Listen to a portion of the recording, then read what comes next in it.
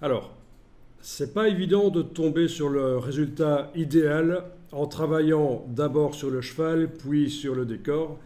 Donc, raison pour laquelle, au-dessus du groupe cheval, on va aller mettre un calque de réglage qui va agir sur tout et qui va normaliser, et qui va permettre de régler tout.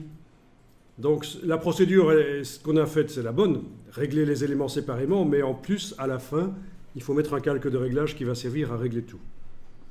Donc, vous avez le calque cheval, le groupe cheval, qui est fermé, hein, il n'est pas ouvert comme ça, il est fermé et activé, on travaille sur lui. Et vous allez ici faire un calque de réglage de type courbe. Voilà, il est arrivé au-dessus de tout, il va modifier à la fois le cheval et le décor. Vous mettez un point, deux points, vous les bougez.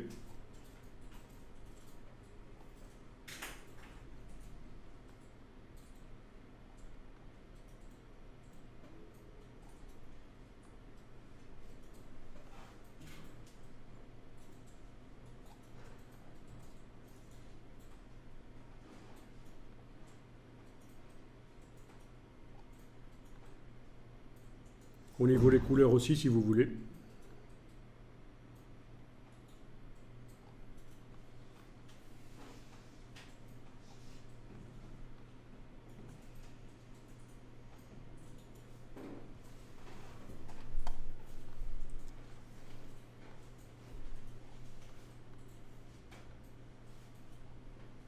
Bon, c'est pas si évident que ça, hein.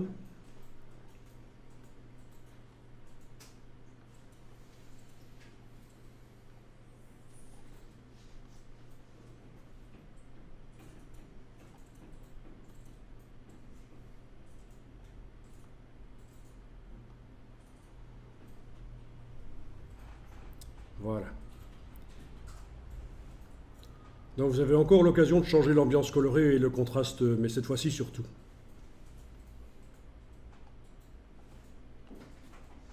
Là aussi, on pourrait créer plusieurs calques en n'en activant qu'un seul à la fois et puis comparer après pour savoir quel est le meilleur.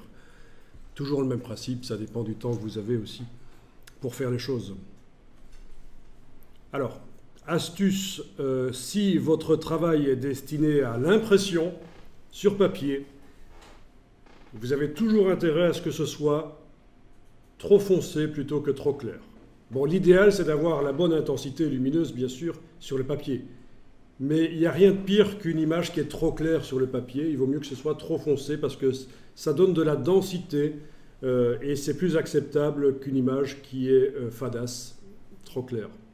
Donc n'hésitez pas, pensez à ça, à l'impression, un peu plus de densité que nécessaire sur vos trucages photos, ça passera mieux.